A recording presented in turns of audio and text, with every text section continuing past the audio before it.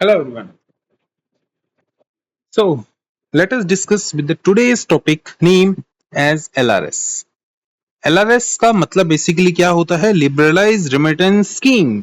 सो और इससे के साथ अपने अदर रेमिटेंस फैसिलिटीज भी पढ़ेंगे जो रेजिडेंट्स के लिए होती है. So welcome, I am C S Pravesh Bansal. So let us discuss first about it कि क्या है अपना आज का एजेंडा और किस तरीके से सारे टॉपिक्स हम कवर करेंगे. फर्स्ट थिंग फर्स्ट कि जो भी स्टूडेंट्स लॉ से रिलेटेड तैयारी कर रहे हैं या फिर वो साथ ही साथ कोई भी बैंक की तैयारी कर रहे हैं जैसे कि CAIIB, तो इन सब बच्चों को ये क्या मिलेगा, बहुत ही हेल्पफुल नेचर का है. और इसको पढ़ने से अपने बेसिकली MCQs और कई ऐसे टॉपिक्स हैं जो क्लियर होने वाले हैं. Alright, let us begin with the LRS. सो हम LRS को 2 सेशंस के अंदर करेंगे, ठीक है. और फर्स्ट सेशन अभी है. मैंने बहुत ही शॉर्ट शॉर्ट सेशंस बनाए हैं ताकि क्विकली इन चीजों को क्या किया जा सके, कवर किया जा सके.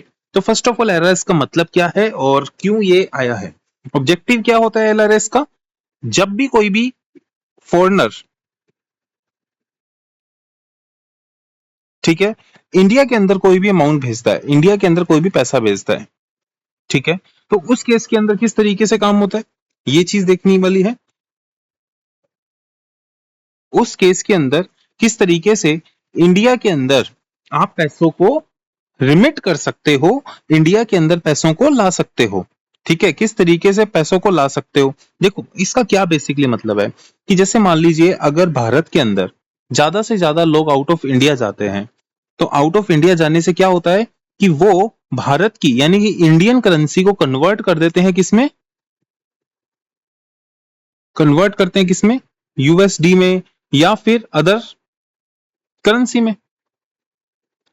जिससे क्या होता है कि हमारे इंडियन की करेंसी क्या हो जाती है, वीक हो जाती है. क्यों वीक हो जाती है? क्योंकि डॉलर्स जो है या आउट ऑफ दूसरी करेंसी है वो कम होती जाती जा रही है, ठीक है, वो कम हो जाएगी तो क्या हो जाएगा, ओवरऑल मार्केट के अंदर इन्फ्लेशन बढ़ जाती है. तो भारत ने कहा कि ज्यादा से ज्यादा लोग US डॉलर या फिर अदर करेंसी में पैसा नहीं रख सकते हैं, इसलिए उन्होंने कुछ लिमिट डिसाइड करी है. जैसे मान लीजिए इंडिया के व्यक्ति कोई बाहर जाता है तो उसको पैसा चाहिए और इंडियन करेंसी को कन्वर्ट करवा लेता है. उसके बाद वो कितना खर्चा करेगा, कितनी उसकी सीमा है, कितना सामान वो भारत में लेके आ सकता है अगेंस्ट द US डॉलर, वो सब चीजें डिसाइड की जाती है. LRS एक लिमिट है, बेसिकली उस लिमिट के हिसाब से वो काम करते हैं. ओके, तो ऑब्जेक्टिव क्या है कि simplification and liberalisation of the foreign exchange facility, कि बहुत ही सिंप्लीफाई हो जाए सब एक चीजें. और LRS स्कीम जो है basically provide suitable opportunity to the resident individual. जो भी इंडिविजुअल्स होते हैं बेसिकली उन्हीं के लिए है ये, कि इंडिविजुअल अगर भारत के बाहर जाते हैं तो उनको उस सर्टेन अमाउंट तक अप्रूवल लेने की भी जरूरत नहीं है, ठीक है.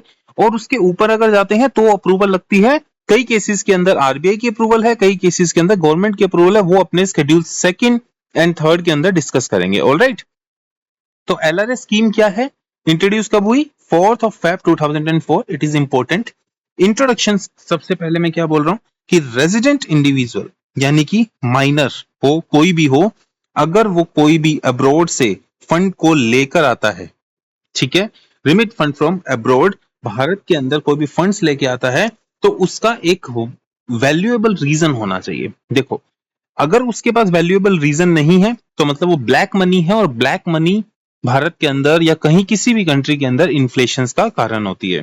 तो ये जो स्कीम है बेसिकली किसके लिए है, रेजिडेंट इंडिविजुअल के लिए. तो कॉर्पोरेट हो, पार्टनरशिप फर्म हो, HUF, trust, NRIs are not eligible in this scheme. Alright, तो सबसे पहले चीज अपने डिस्कस करते हैं कि कैपिटल अकाउंट ट्रांजेक्शन. देखो यहां पे 2 प्रकार की ट्रांजेक्शन बोली गई है. एक बोली गई है कैपिटल अकाउंट ट्रांजेक्शन, एक बोली गई है करंट अकाउंट ट्रांजेक्शन. ऑलराइट, तो कैपिटल अकाउंट ट्रांजेक्शन और करंट अकाउंट ट्रांजेक्शन के ऊपर बहुत ही डीप डिस्कशन है. सबसे पहले अपने बात करते हैं कैपिटल अकाउंट ट्रांजेक्शन होता क्या है. ठीक है, कैपिटल अकाउंट ट्रांजेक्शन 2E के अंदर डिफाइन है, किसमें, फीमा में.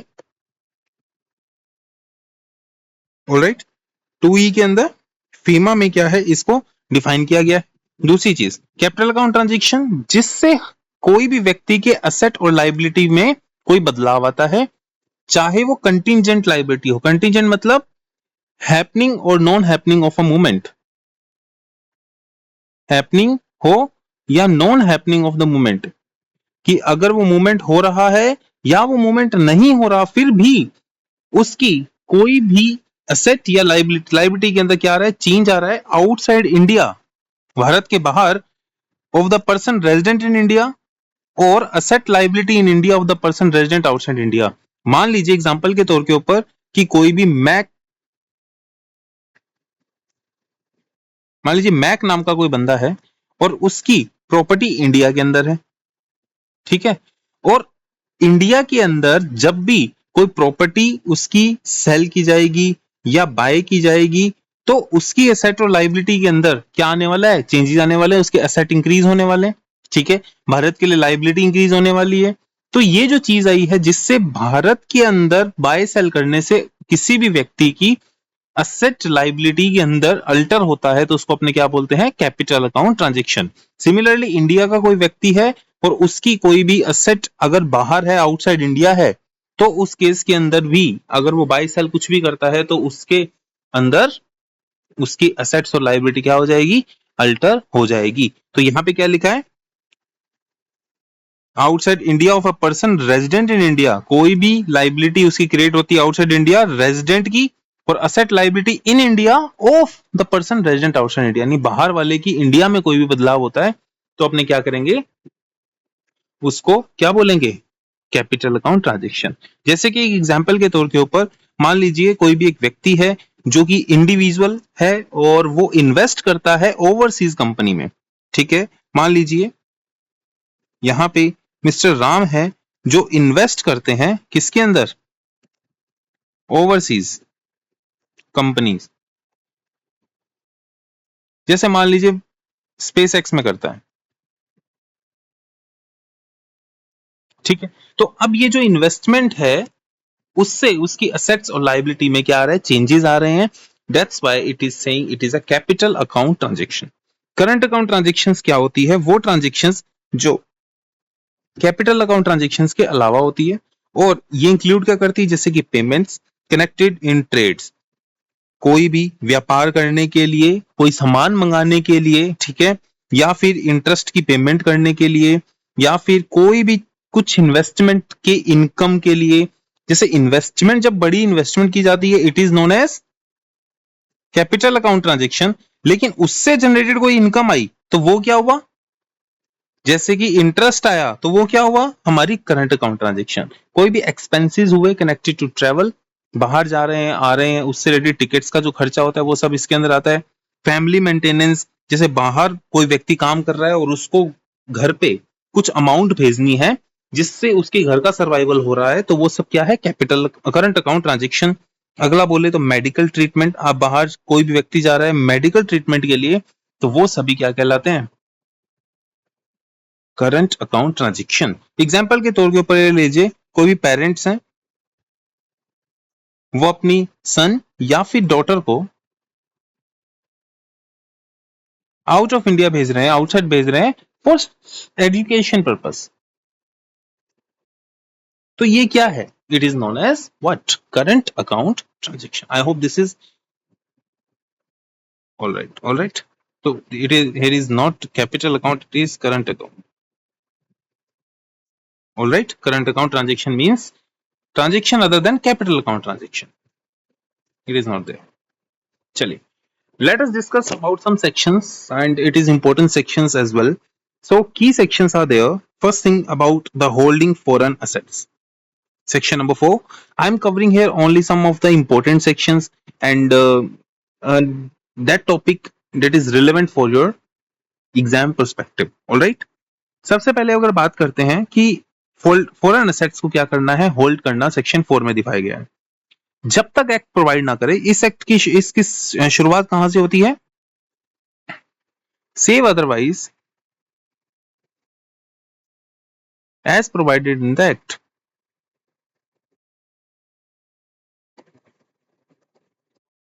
ठीक है, जब तक एक्ट इस चीज को ना डिक्लेयर करे, कोई भी resident in India can not acquire, hold, on, transfer किसी भी प्रकार का फॉरेन एक्सचेंज, फॉरेन सिक्योरिटी या इमूवेबल प्रॉपर्टी जो भारत के बाहर है, जब तक फेमा परमिट ना करे वो बेच नहीं सकता, एक्वायर नहीं कर सकता किसी प्रकार से।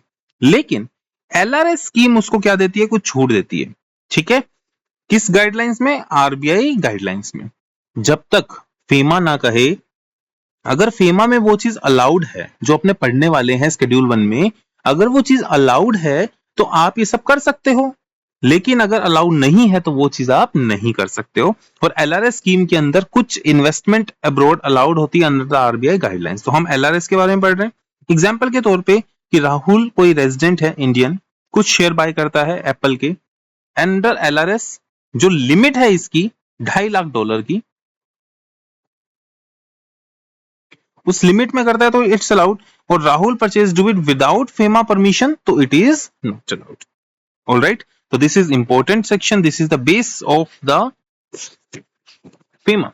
all right, now we discuss about the section number 6 जिसके अंदर क्या बोला जाता है कि capital account transaction means what, कोई भी ट्रांजैक्शन जो भारत अल्टर करती है उसकी एसेट और लायबिलिटीज को outside India with the permission of only RBI regulation, means RBI should be there, RBI की परमिशन के बिना कोई भी काम नहीं कर सकते।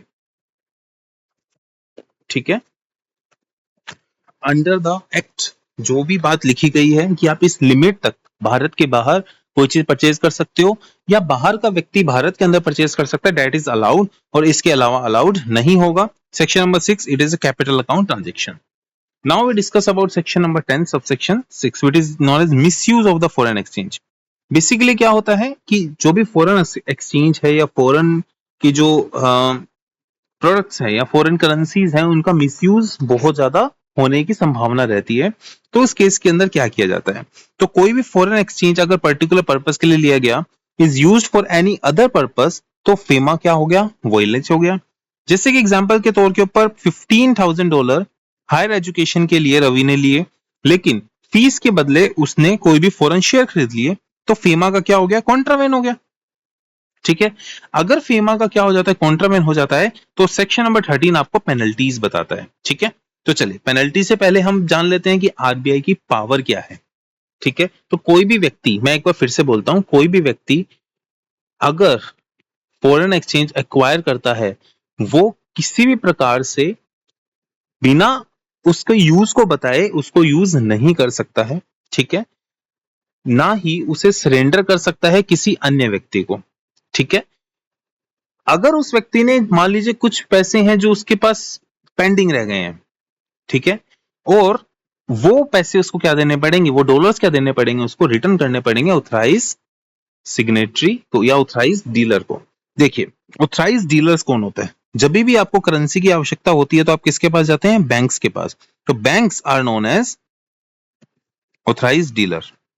ये बहुत ही इंपॉर्टेंट पॉइंट है, बार बार जब भी आप बैंक में भी हो, कहीं पे भी जाओगे या फीमा की कोई बात करोगे तो वहां पे एडी की बात चलेगी। AD means authorise dealer. Alright, money changers होते हैं, ऑथराइज पर्संस होते हैं, इन सबको क्या किया जाता है, डायरेक्शन दी जाती है। जैसे जो प्राइवेट पर्सन होते हैं मनी चेंजर्स, या वो ऑथराइज अप्रूवल लेके आते हैं आरबीआई से कि we are allowed to change the money.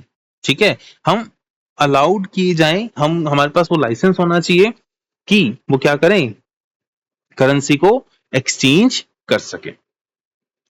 Alright, ठीक है, अगर किसी भी केस के अंदर ऐसा होता है कि उन्होंने फेल हो जाते हैं वो इंफॉर्मेशन प्रोवाइड करने से, तो उस केस के अंदर उनके ऊपर एक पेनल्टी लग जाती है। ठीक है, ₹10,000 की, ₹10,000। एंड अगर वो कंटिन्यू कॉन्ट्रावेंट करते हैं तो उस केस के अंदर उनकी पेनल्टी ₹2,000 पर डे तक चलती रहती है, अनटिल अनलेस वो पूरा का पूरा पेमेंट नहीं कर दें।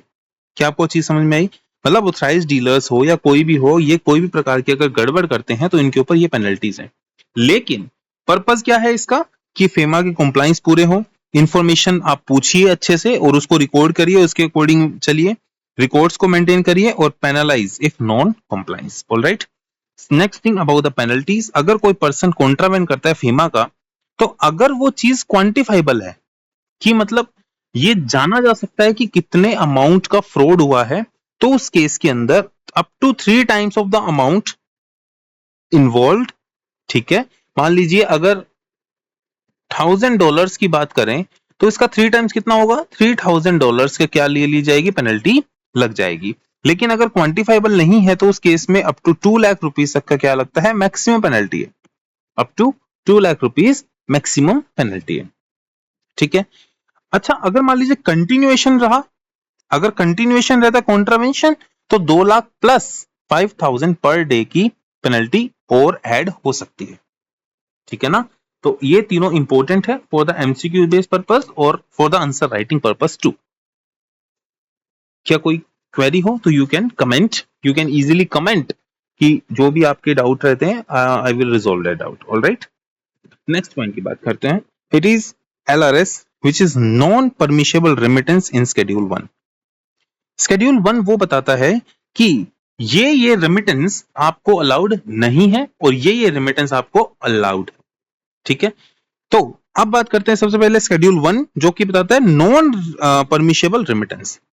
नॉन परमिशेबल रेमिटेंस, जो पैसा आपको अलाउड नहीं है भारत से बाहर से लाना, जैसे कि ऐसे रेमिटेंस प्रोहिबिटेड है जैसे कि आप कोई भी मार्जिन ट्रेडिंग करना चाहते हो, भारत के बाहर से पैसा लेके आ रहे हो, भारत के बाहर से पैसा लाए लॉटरी टिकट खरीदने के लिए, लॉटरी विनिंग रेमिटेंस यानी कि आपने कोई भी पैसा लॉटरी जीतने के लिए वहां पे लगाया, घोड़े की रेस के ऊपर आप पैसा लगा रहे हो, या फिर कोई बैंड मैगजीन खरीदने के लिए। जैसे यहां पे दो बातें देखो, दो चीजें समझो। आप RBI के पास गए और बोला कि मुझे डॉलर दे दीजिए। अच्छा, डॉलर क्यों चाहिए? तो आपने जवाब दिए ये। अगर इनमें से कोई भी जवाब आता है तो उस केस के अंदर यू आर नॉट अलाउड। क्या आपको चीज समझ में आई अब बेसिक? ठीक है, आपको बाहर ट्रेडिंग करनी है, लॉटरी खरीदनी है, या फिर बाहर से लॉटरी खरीद के पैसा लाना है, हॉर्स में पैसा लगाना है, या फिर आपको बैन मैगजीन खरीदनी है, या फिर कमीशन ऑन एक्सपोर्ट अंडर रूपी स्टेट क्रेडिट रूट। अगर आपको इस क्रेडिट रूट के माध्यम से कोई भी कमीशन पे करना है ऑन एक्सपोर्ट, या FCCB इशू करने हैं इंडियन कंपनी अब्रॉड। FCCB का मतलब क्या होता है? Foreign currency convertible bonds. ठीक है, फॉरेन करेंसी कन्वर्टेबल बॉन्ड्स आपने जारी करने हैं, मतलब आपने बाहर से लोन उठाना है और इसके अंदर जो भी फॉर्मेलिटी होती है इसके लिए आप RBI से पैसा मांग रहे हो। ठीक है, या फिर कोई डिविडेंड लेके आना है बाहर कंपनी से, या फिर आप बोलो कि remittance of interest income on fund held on non resident special rupee account. ठीक है, और भी कई सारे पॉइंट्स हैं जैसे कि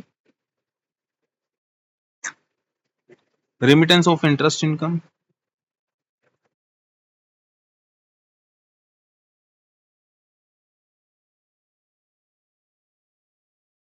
ठीक है, on fund held on non resident special rupee account, कोई नॉन रेजिडेंट का अकाउंट है वहां से पैसे लेके आने हैं। ये सब चीजें क्या है, कहते हैं कि इट्स नॉट अलाउड। इसका सबसे बड़ा कारण क्या है कि हमारे यहां से डॉलर खत्म हो जाएंगे और आप उसको मिस यूज करने में लगा रहे हो। ठीक है, तो it is not allowed to spend the money in these cases.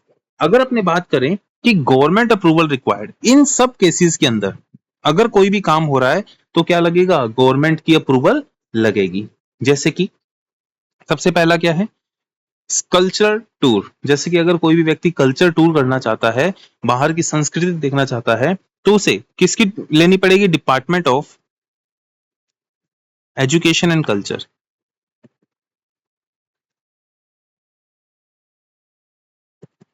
Alright, ministry of HRD, human resource development की जो मिनिस्ट्री है उसके अंदर डिपार्टमेंट है, इसकी अप्रूवल यहाँ पे लेनी पड़ेगी। या फिर आप एडवर्टीजमेंट करना चाहते हो फॉरेन प्रिंट मीडिया के अंदर, वेसल्स जो भी आपकी शिप है, शिप के अंदर आप जाना चाहते हो, इसका फ्रेट चार्ज देना चाहते हो।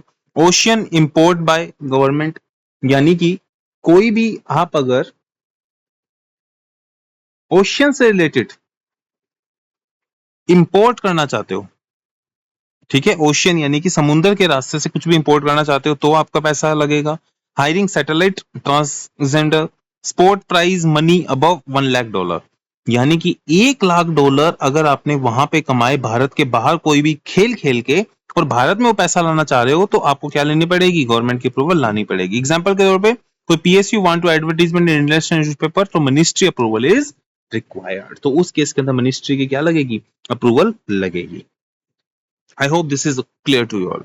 ऑल राइट, सो कुछ ऐसी चीजें जो परमिशेबल है अंडर, तो schedule number 3 it says these things are permissible, ये चीज आपको अलाउड है, किस तरीके से आप कर सकते हो। ऑल राइट, तो अब अपने schedule 1 which is not permittable, schedule number 2 which is government approved, schedule number 3 which is known as permissible. All right, चलिए सबसे पहला प्राइवेट विजिट अब्रॉड। अगर आप कोई भी प्राइवेट विजिट के लिए जा रहे हो, वेकेशंस के लिए जा रहे हो सिंगापुर या कहीं पे भी, उन सब के लिए क्या है, आपको अलाउड कर दिया जाएगा। ठीक है, other than Nepal and Bhutan, basically Nepal और भूटान जो है वो नहीं मानते हैं कि वो आउटसाइड इंडिया है, तो दैट्स वाई यहाँ पे वीजा की भी आवश्यकता नहीं होती है। नेक्स्ट पॉइंट की बात करें, गिफ्ट और donation. Gift daughter studying in Canada, अगर बाहर कोई पढ़ रहा है उसको आप गिफ्ट दे रहे हो तो अलाउड है, लेकिन लिमिट तक। जो लिमिट है वो लिमिट कभी भी एग्जॉस्ट नहीं होनी चाहिए। एम्प्लॉयमेंट अब्रॉड, यानी कि बाहर जा रहे हो जॉब करने के लिए। Emigration, permanent settle in New Zealand, example दे रहा हूं ये सारे। और मेंटेनेंस ऑफ क्लोज रिलेटिव्स, यानी कि सेंडिंग मनी टू पेरेंट्स। ठीक है, बिजनेस ट्रेवल्स, मेडिकल ट्रीटमेंट के लिए बाहर जा रहे हो, या कोई भी पेशेंट, कंपनी पेशेंट, यानी father company for treatment in, father लेके जा रहे हैं। हायर स्टडीज के लिए जा रहे हो, या फिर purchase of object of arts, कोई भी आर्ट खरीद रहे हो under the foreign trade policy. Health insurance ले रहे हो, buying medical health insurance overseas, तो वो सब क्या होता है, अलाउड होता है। I hope this is clear. Okay, let us discuss about some journal guidelines. All right, wait a second. But there are a lot of things that we discuss in these points.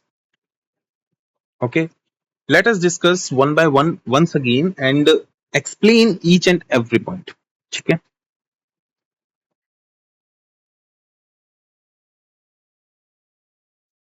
चलिए अगर कोई भी first point की बात करते हैं, अगर कोई भी प्राइवेट विजिट होता है, ठीक है, अब्रॉड के अंदर किसी भी कंट्री के अंदर, तो उस केस के अंदर फॉरेन करेंसी नोट आप एक लिमिट तक ले सकते हैं। अगर अगर इस केस के अंदर कुछ भी नोट आपके क्या रह गए, अनयूटिलाइज रह गए, ठीक है, अनयूटिलाइज, तो विद इन 180 डेज वो क्या करने पड़ेंगे, रिटर्न। किसको रिटर्न करने पड़ेंगे, जहां से आपने लिए हैं। जब आप भारत के अंदर आ गए उसके 180 डेज के अंदर आप क्या करने पड़ेंगे, रिटर्न करने पड़ेंगे ऑथराइज डीलर को कि आपके नोट यहां के पेंडिंग रह गए। ठीक है, नेक्स्ट थिंग,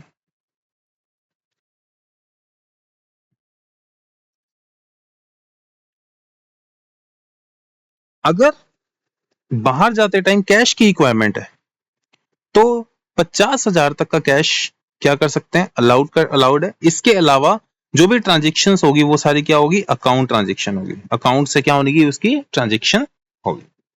ठीक है,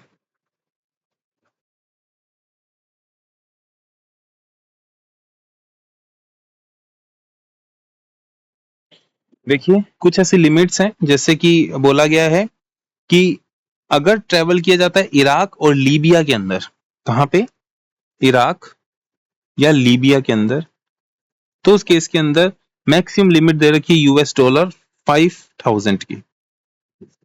लेकिन अगर अदर कंट्री है तो उस केस के अंदर लिमिट कितनी है, 3,000 की। $3,000 अलाउड है इस केस के अंदर। ठीक है, करेंसी नोट रिलीज कराने की यहां पे बात की गई है, लेकिन इसका मतलब यह है कि कैश देके नहीं, आप बैंक अकाउंट के अंदर चेक दीजिए, चेक देके उसको क्लियर करवाइए, ऐसा। ठीक है, नेक्स्ट पॉइंट बात करते हैं डोनेशन की। लेकिन डोनेशन के अंदर एक बहुत ही जबरदस्त कहानी होती है कि रिलेटिव्स का मतलब क्या होता है। ठीक है, रिलेटिव्स का मतलब यहां पे बहुत अच्छे से हमें क्या करना है, समझना है। रिलेटिव जैसे कि एचयूएफ का मेंबर, ठीक है, कोई भी एचयूएफ का मेंबर हो, ठीक है, जिसका डॉक्यूमेंट्री एविडेंस होना चाहिए कि ये हमारे क्या है, रिलेटिव है। ठीक है, next point, husband and wife. Next point बात करें, वन पर्सन जो कि रिलेटिव हो, जैसे कि father, mother, son, daughter, daughters husband, brother, sister. ठीक है, ये सब क्या होते हैं? बेसिकली रिलेटिव्स, जिसको अपने क्या कर सकते हैं? इंक्लूड कर सकते हैं। लेकिन कुछ ऐसे हैं जो इंक्लूड नहीं है। ठीक है, वो कौन कौन है? वो बहुत ही इंपॉर्टेंट है, जैसे कि नॉट इंक्लूड, जैसे कि फादर्स फादर, ठीक है, फादर्स मदर, मदर्स फादर और मदर्स मदर्स। तो ये सब क्या होते हैं? नाना नानी दादा दादी, ये इंक्लूड नहीं होते। ठीक है, और जैसे कि दूसरी तरफ देखेंगे तो पोता पोती, दोहिता दोहिती, ये सब इंक्लूड नहीं होते हैं। ये बेसिकली क्या किए गए हैं? इनको एक्सक्लूड किया गया है। I hope this is clear. ठीक है, इसके बाद नेक्स्ट पॉइंट, अब्रॉड आप जा सकते हो। एमिग्रेशन, एमिग्रेशन के अंदर आप अगर बियॉन्ड $250,000 अगर जाते हो, तो उस केस के अंदर आपको क्या करना पड़ेगा? जो भी आपका एक्सपेंस हुआ है वो आपको डॉक्यूमेंट्री एविडेंस के साथ आपको बताना पड़ेगा। ठीक है, that must be documentary evidence आपके पास होना चाहिए। ठीक है, इससे क्या होगा कि आपको, हमें पता लगेगा कि आपने ओवरसीज इन्वेस्टमेंट, गवर्नमेंट बॉन्ड्स या इसमें कहीं पे कोई निवेश किया है या नहीं किया है। ये सब चीजें यहाँ पे क्या होती है? मैंडेटरी होती है। ठीक है, alright, this is all about it. Okay, one more point is study abroad. Study abroad के अंदर द मैक्सिमम लिमिट इज $250,000। ठीक है, फॉरेन एक्सचेंज अगर आप इससे ज्यादा लेते हैं तो आपको क्या करना पड़ेगा? एडमिशन आपके सिक्योर करने के लिए आपको एविडेंस यहाँ पे भी जमा करवाने पड़ेंगे। तो this is the limit that you have to learn. और $2.5 लाख की क्या है? मैक्सिमम लिमिट रहती है। नेक्स्ट पॉइंट की की पॉइंट्स की बात करते हैं, that I have to close the sessions because इतना लंबा नहीं करना है मुझे session. Quickly we have to cover it. Key points क्या है? PAN is mandatory in all remittance, हर रेमिटेंस में पैन कार्ड मैंडेटरी है। रेमिटेंस कैसे होता है? कैपिटल अकाउंट, करंट अकाउंट या combination of both, current account capital combination of both. Now customer should use one designated bank branch for all LRS transaction। एक bank होनी चाहिए जिससे वो ट्रांजेक्शन करे। There is no limit on the number of remittance। आप चाहे 10-10 करके कितनी मर्जी ट्रांजेक्शन कर सकते हो, लेकिन इसकी जो ओवरऑल एनुअल लिमिट है, पूरे साल की जो लिमिट है, वो कितनी है? $250,000। अगर foreign exchange is not used, it should not bought back in India. It should bought back in India. अगर यूज नहीं हुआ तो बॉट बैक इंडिया के अंदर हो जाएगा बिफोर मेकिंग फ्रेश रेमिटेंस। और रेमिटेंस एक्सीडेड, अगर $2.5 लाख से ऊपर जाना है तो किसकी अप्रूवल लगेगी? आरबीआई की अप्रूवल लगेगी। अब देख लीजिए, यहाँ पे एक एग्जांपल है, बहुत ही इजी है। 80,000, 50,000, $47 यूज किया, 1,70,000 यूज हो गया, $2.5 लाख तक की लिमिट थी, तो it is safe in this case. ठीक है, now What are the documents that is required? Documents कौन कौन से रिक्वायर्ड होते हैं? या जो एडी है, ऑथराइज्ड डीलर है, वो क्या करता है? Due diligence. Alright, due diligence मतलब क्या होता है इसका? कि फंड कहां से आया, उनके पास पैसा कहां से आया, प्रीवियस ईयर की आईटीआर, फंड फ्लोज, ठीक है, और सस्पिशियस ट्रांजेक्शन। अगर कहीं से मान लीजिए ब्लैक मनी कमाकर उसने यूएस डॉलर में कन्वर्ट करना चाहा तो वो अलाउड नहीं होगा। दैट्स व्हाई कौन कौन से डॉक्यूमेंट रिक्वायर्ड रहते हैं? बेसिकली अगर कोई भी व्यक्ति को आउटसाइड इंडिया जाना होता है तो इसके अंदर फॉर्म A2, जिसके अंदर क्या होता है? फेमा डिक्लेरेशन होती है। ठीक है, फेमा की डिक्लेरेशन होती है, ये डिक्लेरेशन है। ये क्या होती है? ऑनलाइन सबमिट होती है। Alright, next thing is pan card, it is mandatory. ठीक है,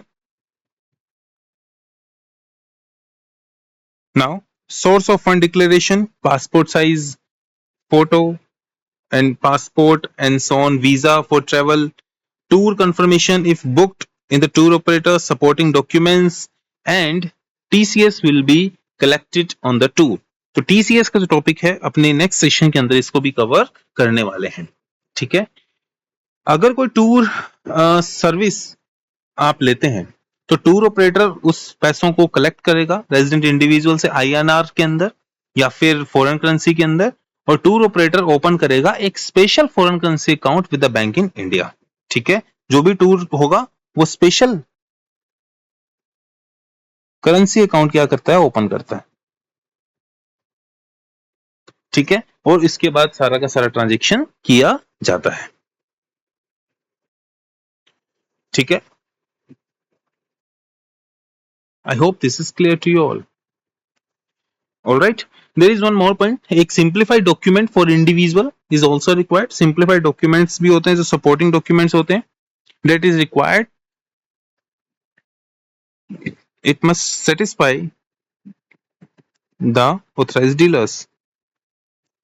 ठीक है, इट मस्ट सेटिस्फाई, जो डॉक्यूमेंट्स होंगे वो ऑथराइज्ड डीलर्स को क्या करना चाहिए, सेटिस्फाई करना चाहिए। अमाउंट अप टू 25,000 यहां तक क्या होता है, अलाउड होता है।